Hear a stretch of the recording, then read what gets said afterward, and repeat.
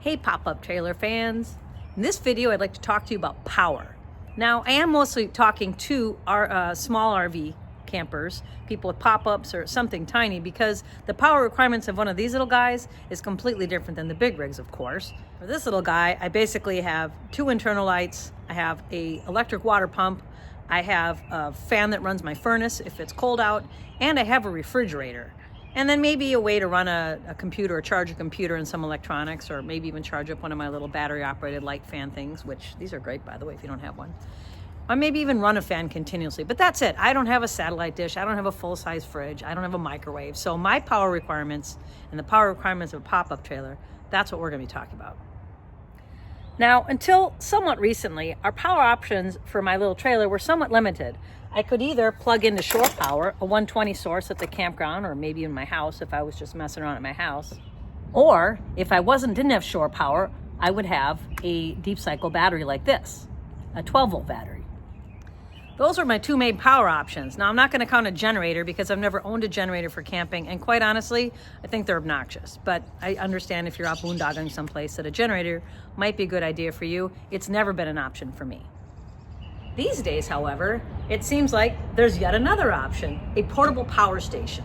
Yep, these things are all the rage, so much so that I decided to invest in one, the Jackery 1000 V2, kind of a smaller one, to just act as a backup for my house. But it got me thinking, could I use this for my trailer as well instead of this? Before undertaking this little task, I got on YouTube and did some research to see if I could answer my topic, and it turns out that there wasn't really anything that I found on using the portable power station as the main power source.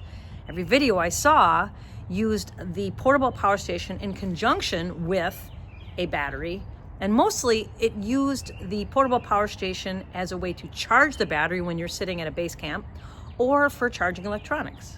I think the absolute coolest thing about this that makes me want to use this and never that is this thing is completely rechargeable. Well, first of all, you can drain it all the way down to 0. This thing, they tell you only to drain it to 50%. I've gone beyond that. This thing you can drain down to 0. It has a plug on the side. You can plug it into shore power. So if I went camping and I killed it, I'd just take it to a visitor center someplace. About less than 2 hours, this thing is charged all the way back up again versus 3 days for that one. On top of that, it's got a port that I could hook a solar panel to. Not sure, I mean, that's a little bit more of an effort, because in order to charge this thing up in like less than a day, you almost need 2 panels, but that's okay. It's at least an option if I wanted to use it around my house. These type systems do cost a bit more than this. I got this one on sale. It was about $450 versus the $100 odd of that one. So as a one-time investment, there's more money up front, but I can use this for a lot more things. So I think that's gonna pay off. Okay, so I decided to give my portable power station a shot at this. I had to see how this would work out. First thing I needed to figure out was, how do I want to connect it to my trailer? I've got wires coming off the front of my trailer where I normally put my battery. I could use something like this through the cigarette lighter, the 12-volt DC, and then just hook these little alligator clips to the already existing wires on the front of my trailer. Or if I wanted something more permanent, because I'm afraid someone's going to steal my battery, I also picked up something like this that I could wire in, maybe just drill a tiny hole through my trailer, bring the wire, kind of sneak it in behind everything, and again, use the 12-volt output, the DC output. So before I go any further, I do want to reiterate that my desire for doing this and using the portable power station might be different from what a lot of people on YouTube were doing. They were looking at living off the grid and having no access to maybe shore power. That was not my need. My need is, what if I go to a public campsite and there just are no powered sites left, and I'm living and I'm staying at one of the unpowered sites. Normally I just bring my big heavy battery with me, but can I use this thing instead? That was what I'm looking at. And the answer is yes, however.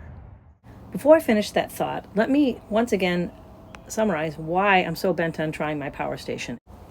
Okay, first of all, the traditional deep cycle battery weighs 43 pounds versus 23 pounds. That's a pretty big difference when you're hauling this thing from the car to the trailer. Okay, so the traditional battery is only a 12-volt output source, where the portable power station is 12 volts or 120, and it has USB ports as well. The traditional 12-volt battery is recommended to only be discharged to 50%, whereas the portable power station can be discharged all the way down to 100% down. Once you have reached that number, my 12-volt battery traditional takes 3 to 4 days to recharge, where the portable power station can be recharged in under 2 hours using a 120-volt source. The traditional battery needs maintenance. When I'm not using it, I have to check the water levels, I have to keep recharging it. I don't think my portable power station needs to be maintained like that. The traditional 12-volt battery, I can't tell how much power is left, and I have actually drained this thing while camping. That stinks. My portable power station very clearly tells me how much power I have left, which I love. Finally, there's the cost. Of course, the traditional deep cycle battery for a cheaper one is about $170. I should say mid-size one. And the mid-size power station like I have is about $450 just for the power station itself. If you want to buy cables or solar panels, that's of course extra. Okay, back to my however. The however part means, yes, I can, but I have to be very conscious of what things in my trailer use power, because the portable power station cannot power the same amount of items for as long as the heavier lead acid battery. However, I can recharge my portable battery in under 2 hours, so that may not be a showstopper for me. Plus, my portable power station has outlets where I can charge other devices or run other small appliances, like a little coffee machine or some fans or something, which my lead acid battery cannot do. Is the trade-off worth it? I think the answer is yes, but let me take you through what I discovered, and then you can figure out whether or not you want to actually go this route or just stick with your little lead acid battery. The first thing I did to get my answer was to figure out which systems I typically use when I'm camping, especially on the battery, not on the power, like the shore power. On my battery, what do I normally use? How long do I use it? And how much power does it use? The beauty of the Jackery, definitely over this thing, is that when you plug things into it, first of all, it'll tell you how much power there is. It'll tell you what your output power is. And then if there was something plugged into that, it would tell you how long this thing could run at that output. Okay, for example, I did hook the alligator clips just for this little test here to my wires that normally would go into my battery, plugged it into my DC port, turned on the DC power, and I can see that right now, the one light that I turned on my trailer, which is not an LED light, is pulling 17 watts and can mean that this battery will run for 50 hours if just that light were on all the time. So I can test my systems. Obviously, I'm not gonna leave my lights on all the time, but that's just like a worst case scenario. It was very funny when I did the LED light, that thing dropped to like practically 0. So you can bet I'm changing all my lights, the other two, to LEDs. Anyway, interesting aside. So I did that for all my systems. I did it for my lights, my water pump, and my furnace fan. And here's what I found. Okay, the first part of my test had to do with measuring the watts and calculating the amps of each of the systems that I would use in my trailer so that I make sure that all the systems together would not pull more power, more than the 10 amps allowed from that 12-volt port. You can see here that with everything on all the time, I'm not drawing more amps than is allowed by that 12-volt port. I never get to that 10, and highest I get is 9.58. So that's good. All right, once I determined I wasn't going to blow the fuse on that 12-volt power source port, I decided to run some tests. I mean, first I did some math to try to figure out like, oh, how many watts does this use? How many hours do I use it? How much time should I get? And the numbers I got seemed to indicate that this thing was going to die rather quickly, which I don't think is the case. So I thought, you know what? Forget that. I'm just going to throw it in my trailer, put some stuff on it, and do a real-world test. And let me show you what I found out. So for my little test, I brought my portable power station into the trailer. I plugged in that 12-volt port, turned it on to DC, and I put in my phone, which I drained down to 20%, my iPad, which also had been drained down to 20%, my iPad mini. I turned on the 2 dome lights, I turned on the porch light, and I let that go for about 3 hours. While that was going, I would come in on occasion and fill a pot of water using the pump, which took about 5 minutes to do.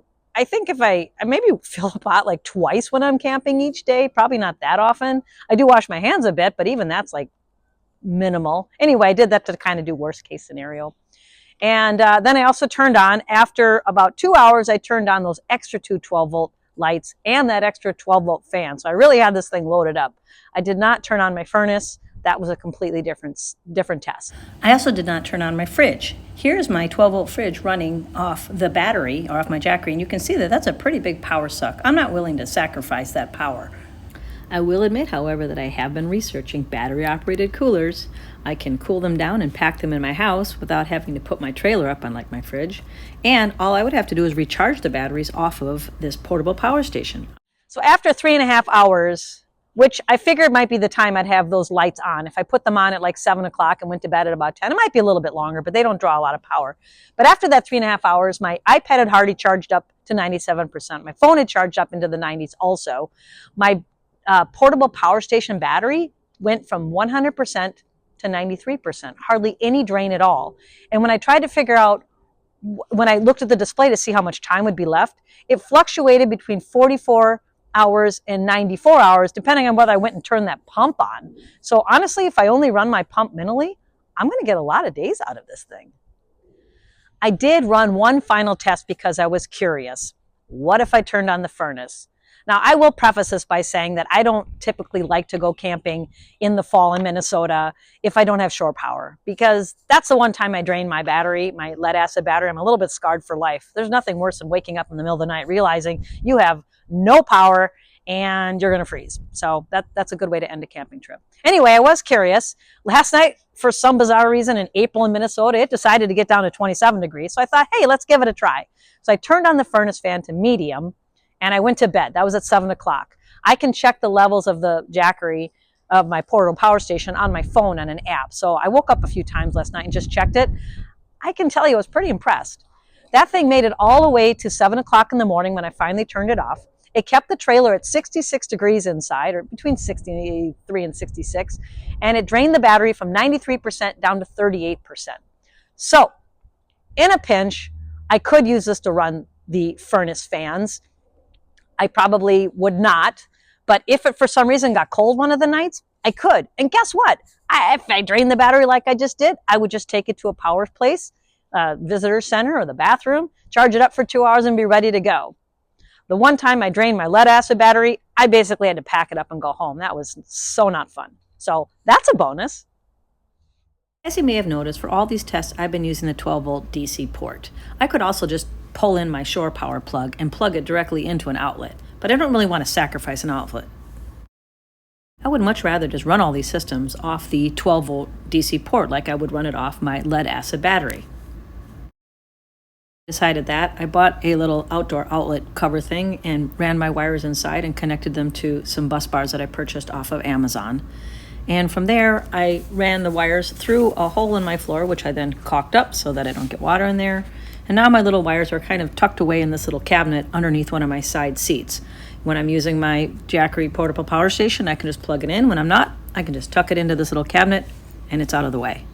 So in conclusion, I will be using my portable power station to go camping from now on, and I'm just going to park my lead acid battery and hopefully never use it again. I have some camping trips already planned for the summer, and I do look forward to using my new power setup as opposed to hauling around my great big lead acid battery. Woohoo! Happy camping, everybody.